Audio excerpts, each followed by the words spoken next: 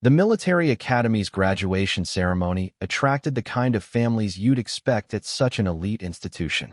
Senators, generals, corporate executives, and old money families filled the pristine white chairs arranged in perfect rows across the manicured lawn. Designer dresses, tailored suits, and prestigious university alumni pins glinted in the afternoon sun. But in the middle of this sea of privilege, one man looked completely out of place. He wore a simple navy blue suit that had seen better days, the kind you might find at a discount store. His hands, scarred and calloused from decades of hard labor, fumbled with a wrinkled program as he searched for his assigned seat. His weathered work boots squeaked against the polished walkway as he moved awkwardly past families who seemed to belong to a different world entirely. The whispers started immediately. "Who let him in here?" a woman in pearls muttered to her husband. "This is supposed to be a private ceremony." "Probably maintenance staff," another voice responded. "Someone should tell him the service entrance is around back." The man kept walking, checking his ticket stub against the row numbers, oblivious to the stares and whispered comments following him. He found his seat in the third row, directly behind a family whose combined net worth could have funded a small country's military budget. As he sat down, the chair creaked under his weight, and the woman in front of him turned around with barely concealed disgust. "Excuse me," she said in a voice dripping with condescension. "I think you might be in the wrong section. The general seating is toward the back." The man looked down at his ticket, then back at her, confusion evident in his tired eyes. "Row C, seat 14, he said quietly, his voice carrying a slight accent that made the woman purse her lips even tighter. "This is where they told me to sit." What none of them knew was that this man had more right to be there than almost anyone else in attendance. And in just a few hours, they would all learn exactly why. Welcome to the Veteran Voices. Before we continue with this powerful story, tell us in the comments from which city in the world are you watching this video today. And if you think stories like this need to be heard, hit that subscribe button to support the channel. We're growing every day, and I sincerely thank you for being a part of it. The United States Military Academy at West Point had been preparing for this graduation ceremony for months. The class of 2024 represented some of the brightest young minds in America, future leaders who would go on to serve their country with distinction. The ceremony itself was a carefully choreographed display of military precision and family pride, attended by parents who had spent fortunes on their children's preparation for this prestigious institution. Miguel Santos had never imagined he would attend such an event.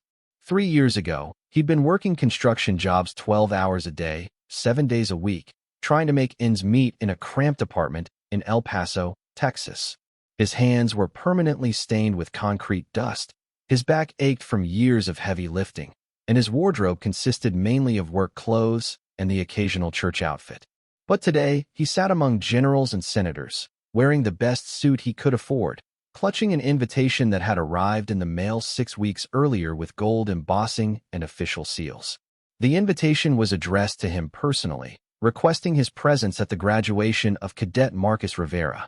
Marcus Rivera wasn't Miguel's biological son, but for the past 9 years, he had been something more important than that. He had been Miguel's purpose, his pride, and his reason for getting up every morning before dawn to work jobs that broke his body but fed his soul. The story began in 2015, in a dusty forward operating base outside Kandahar, Afghanistan. Sergeant Major Carlos Rivera and Staff Sergeant Miguel Santos had been best friends since their first deployment together in 2003. They'd saved each other's lives more times than either could count, shared rations when supplies ran low, and talked endlessly about their families back home during long nights on watch. Carlos had a 15-year-old son named Marcus who was struggling in school, acting out, and giving his mother constant worry. Miguel had no children of his own, but he'd seen enough photos and heard enough stories that he felt like he knew Marcus personally. Carlos would joke that if anything ever happened to him, Miguel would have to straighten the boy out. Neither of them thought it would ever come to that. On March 15, 2015, their convoy hit an improvised explosive device on a routine patrol. Carlos was killed instantly, along with 2 other soldiers. Miguel survived with severe injuries that would end his military career and leave him with permanent damage to his left leg and right shoulder. At Carlos's funeral, Miguel made a promise to a grieving 15-year-old boy and his devastated mother. He would move to El Paso. He would help raise Marcus. He would make sure Carlos's son had every opportunity to succeed. It wasn't easy. Miguel's military disability payments barely covered his own expenses, let alone supporting a teenager with big dreams and expensive needs. But he found work in construction, using skills he'd learned in the Army Corps of Engineers. He rented a small apartment near Marcus's high school and began the slow process of becoming a father figure to a boy who desperately needed one. Marcus had been heading down a dangerous path after his father's death. His grades were failing, he was running with the wrong crowd, and his mother worked 2 jobs just to keep food on the table. Miguel's arrival changed everything.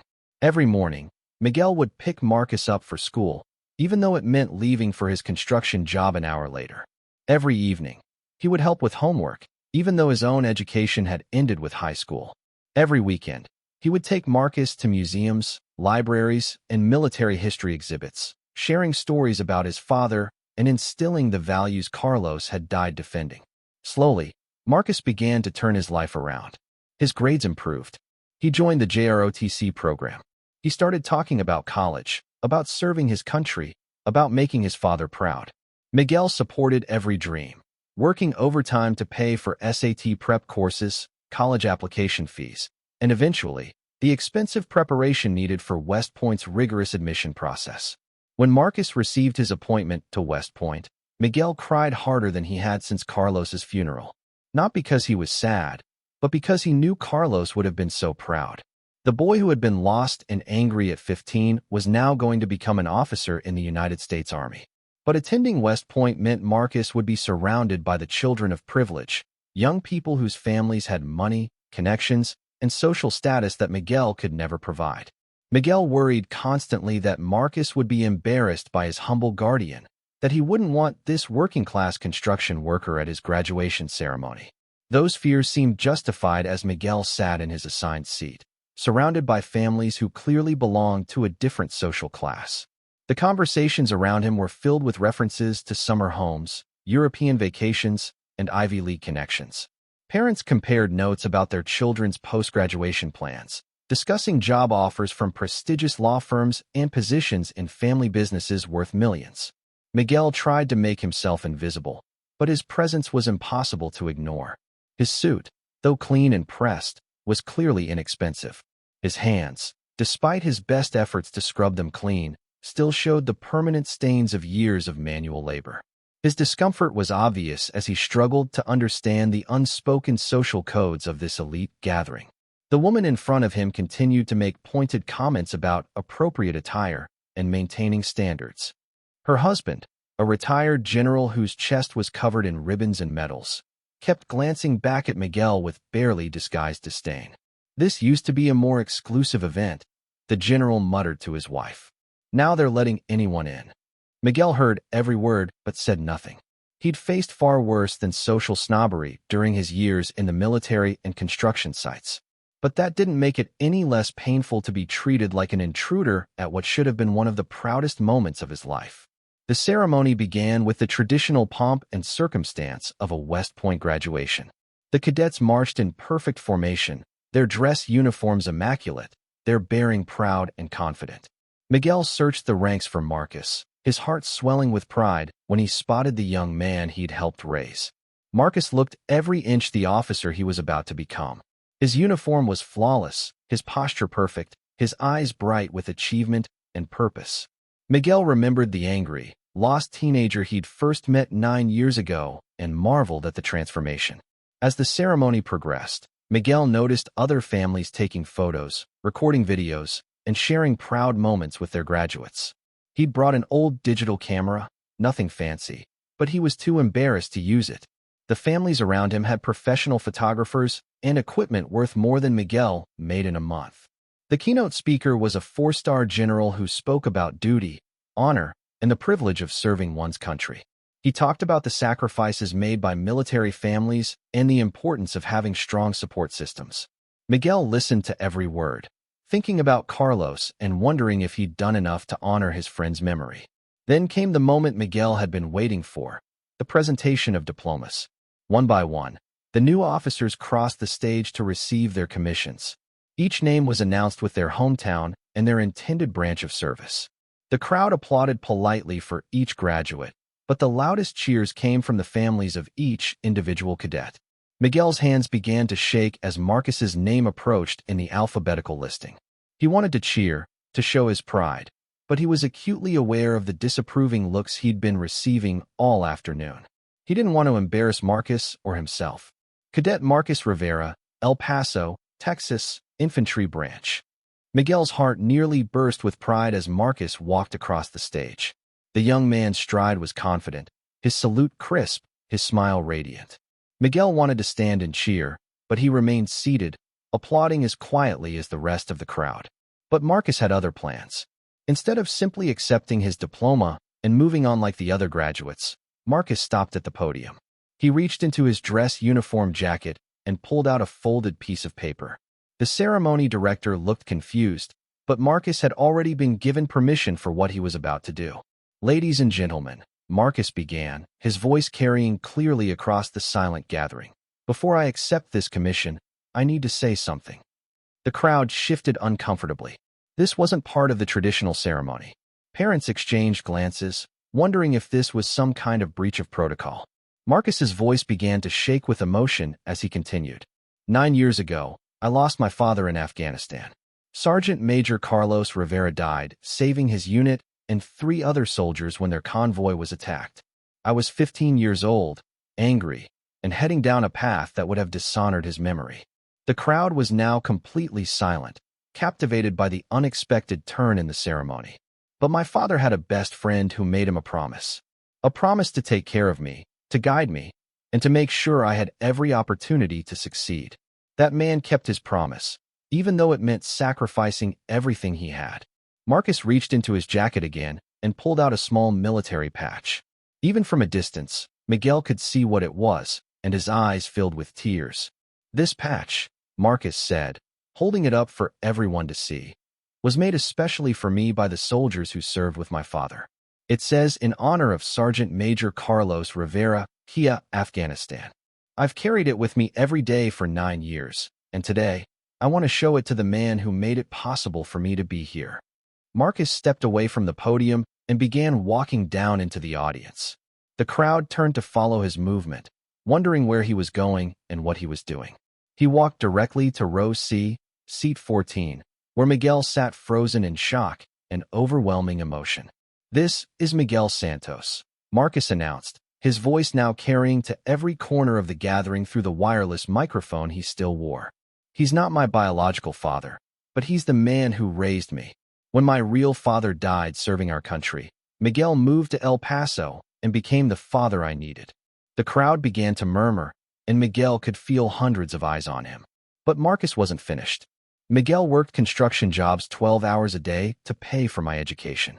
He helped me with homework even though he'd never been to college himself. He drove me to every school event, every JROTC meeting, every college interview. He worked overtime to pay for SAT prep courses and West Point preparation programs." Miguel tried to stand, overwhelmed by the attention and the emotion of the moment, but Marcus gently placed a hand on his shoulder, encouraging him to stay seated. "He never missed a single important moment in my life, even when it meant losing pay or working extra hours to make up for it.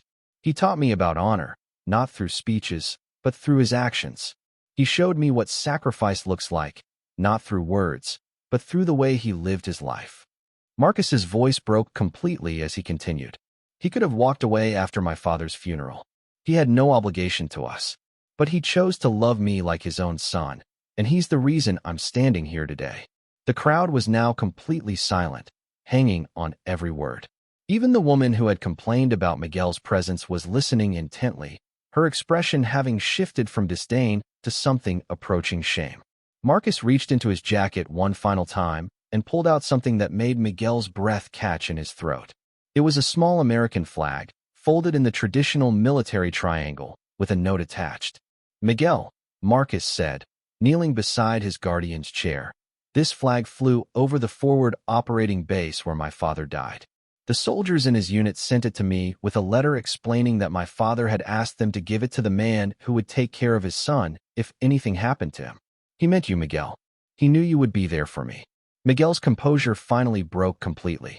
9 years of holding everything together, 9 years of working himself to exhaustion, 9 years of wondering if he was doing enough, if he was honoring Carlos's memory properly, if he was worthy of the trust his best friend had placed in him.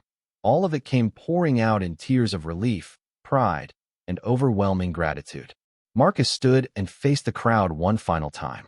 I want everyone here to know that this man, Miguel Santos, is the reason I'm receiving this commission today. He's the reason I'm going to serve my country as an infantry officer. He's the reason I understand what duty and honor really mean. The silence stretched for several seconds before something remarkable happened. The retired general who had been making disparaging comments about Miguel's presence slowly stood up. Then his wife stood. Then the row behind them. Within moments, the entire gathering was on its feet, giving Miguel Santos a standing ovation that lasted over 3 minutes. Miguel remained seated, overwhelmed by the attention and emotion. He'd spent the entire day feeling like an intruder, like someone who didn't belong among these prestigious families.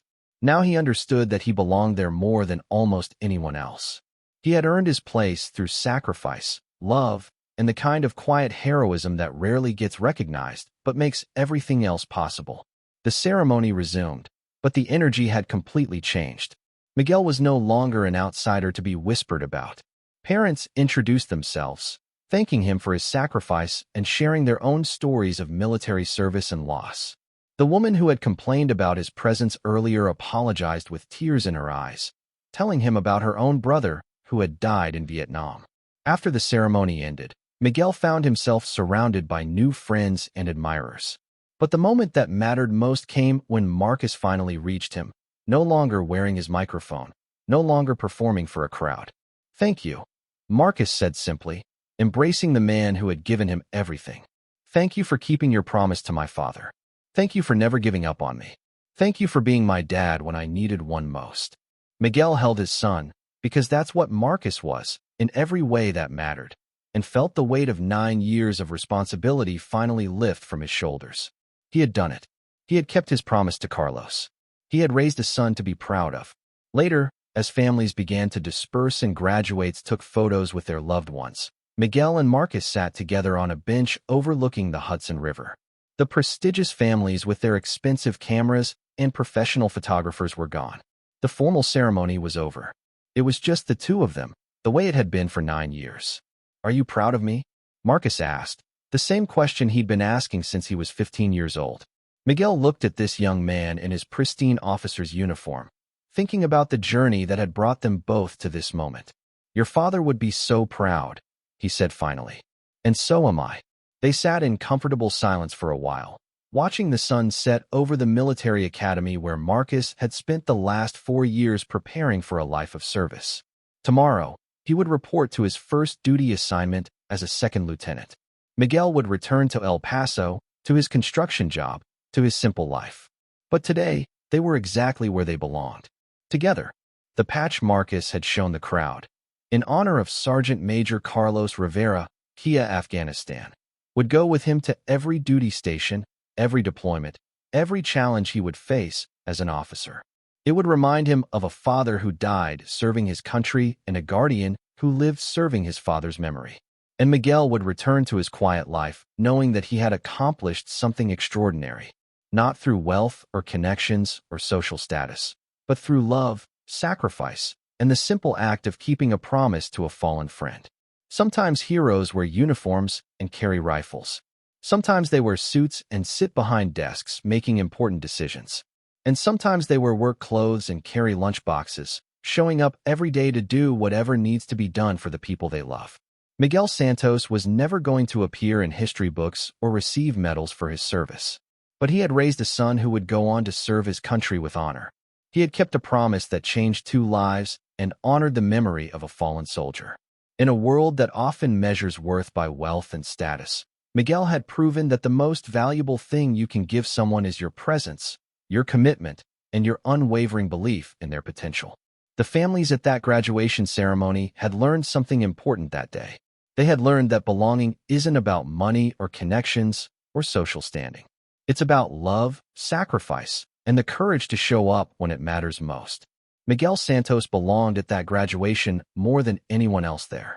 Not because of what he wore or where he came from, but because of what he had given and what he had achieved through quiet, persistent love. And Marcus Rivera, the young officer who had just received his commission, understood that his real education hadn't happened in classrooms or through textbooks. It had happened at a kitchen table in El Paso, where a construction worker had patiently helped him with homework night after night, showing him through example what it really means to serve something greater than yourself. This story was brought to you by the Veteran Voices. Before we leave you today, here's our question. Have you ever known someone who never asked for recognition but deserved more than anyone else? Someone whose quiet sacrifices made your dreams possible, whose love shaped who you became. Tell us in the comments what they meant to you and how you remember them.